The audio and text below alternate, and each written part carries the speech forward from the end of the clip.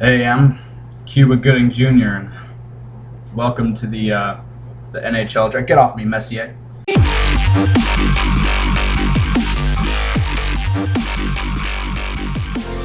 So we are going to start. We're in this video. It's going to be maybe a long video. I'm going to try to keep it as short as possible. We're going to talk about the Garrison deal. Yzerman possibly getting the first overall pick from Dale Talon. Bettman's courageous attempt at being very passive-aggressive over there in Philadelphia. And the draft picks, and a little other stuff going on around the league, so let's do it. First of all, again, a big tip of my hat to Gary Bettman for not going in the stands and basically murdering everybody that was booing him, because I would not be able to keep my cool in that situation. It seemed like he started to lose it there a little bit, but he kept it cool. But the Garrison deal, a big trade for the Lightning on draft day. Jason Garrison, he came from the Vancouver Canucks. In return, we got the rights to forward Jeff Costello, an unsigned free agent, and their 2015 7th-round pick, and they got a second-round pick from us from this year, which they used to draft Thatcher Demko, I believe. What the Garrison deal means for the Lightning, I think we already know Salo's gone. That was already established. Salo has been gone. That's been decided. But is Matt Carl and Eric Brewer gone? Or Eric Brewer, sorry. Matt Carl or Eric Brewer. Carl's making 5.5. I like Carl, but I think if we were to go out in free agency and challenge for a guy like Ehrhoff, just naming off names, I don't actually think Ehrhoff would ever happen.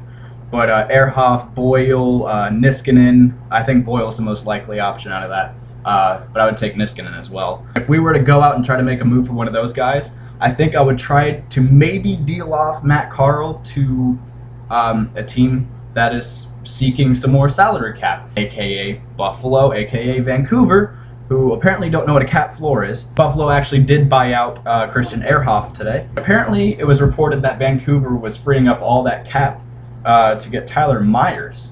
So who knows if that's going to happen. Something really interesting I wanted to talk about in the draft, though, which I didn't find out until today, was apparently Yzerman made the best case for Dale Talon, Florida Panthers' #1 overall pick, which they probably would have drafted Aaron Ekblad with. I didn't want to say that I had a feeling that Yzerman was going to try to do that, but I am a wizard, I think, because none of you know this, but I suggested it maybe. People thought I was dumb.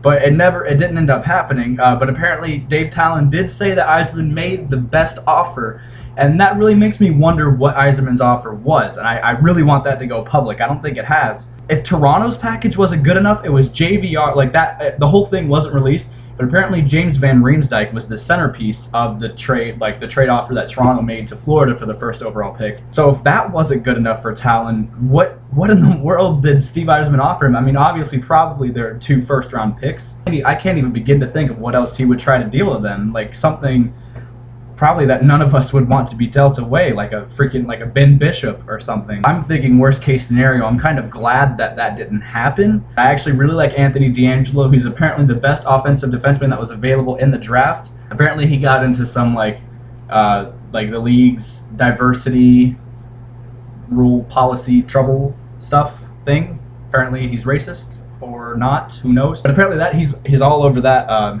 Like Murray and Yzerman, they talked about that. DeAngelo said he's past it. It's probably just a dumb mistake. I mean, he's my age.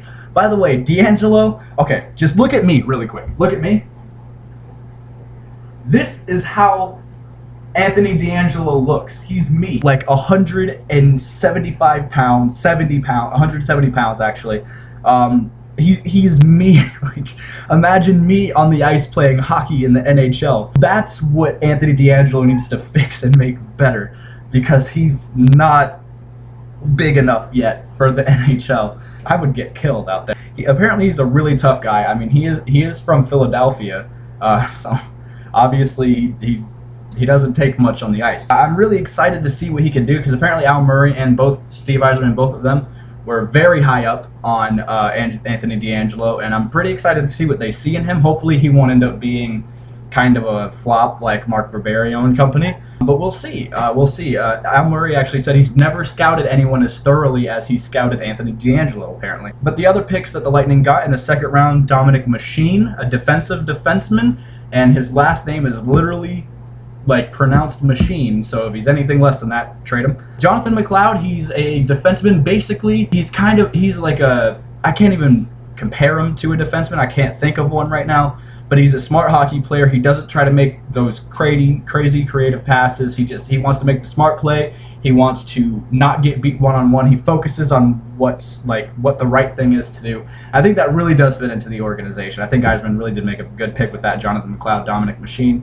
I think they could actually be a good pairing, who knows, for the Syracuse Crunch, and who knows up into the bottom 6 or how good they're going to be. Third round, Braden Point, and then we got Ben Thomas, another defenseman. Braden Point is a forward who is actually, he's pretty good. And what's up with these cool last names? Braden Point, like all these cool promo last names. Panic, Machine, Point. Anyways, Ben Thomas, another defenseman. A forward, Cristiano Digiacento, something. He's another forward. I couldn't really find much on Ben Thomas and him. Cam Darcy, he's another forward. I believe he was a 7th round pick. I couldn't really find much on him either, but his stats from last year with the Screaming Eagles and the Q, that was his only year with the Screaming Eagles, I think, actually, but he scored 82 points in 65 games, but he's the other side of that is he's never had another season like that before. Who knows if he's actually going to stay the same, like if he's going to actually work out. I mean, he's a 7th round pick. He could be a gem. He could not be. He could just be a career AHL player. But he seemed like a pretty good pick to me. I don't know what was available. I wasn't watching because I was asleep.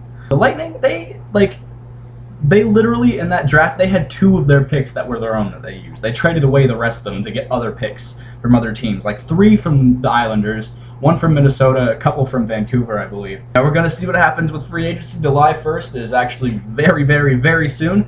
And we already know that day is going to be crazy with Vanek talking to the Wild, Iginla talking to the Wild. Let's see what happens with Matt Carl. Let's see what happens with Eric Brewer. Let's see what Yzerman does about the backup goalie situation. Let's see if he does anything forward-wise.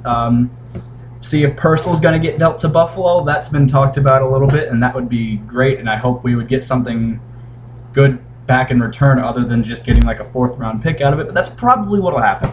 Thank you for watching. And I'm going to be bringing you probably a July 1st video because there's going to be so much going on that I'm going to need to cover it really fast. So thank you for watching the 2nd video of the Bolts Report, and see you later. Thanks.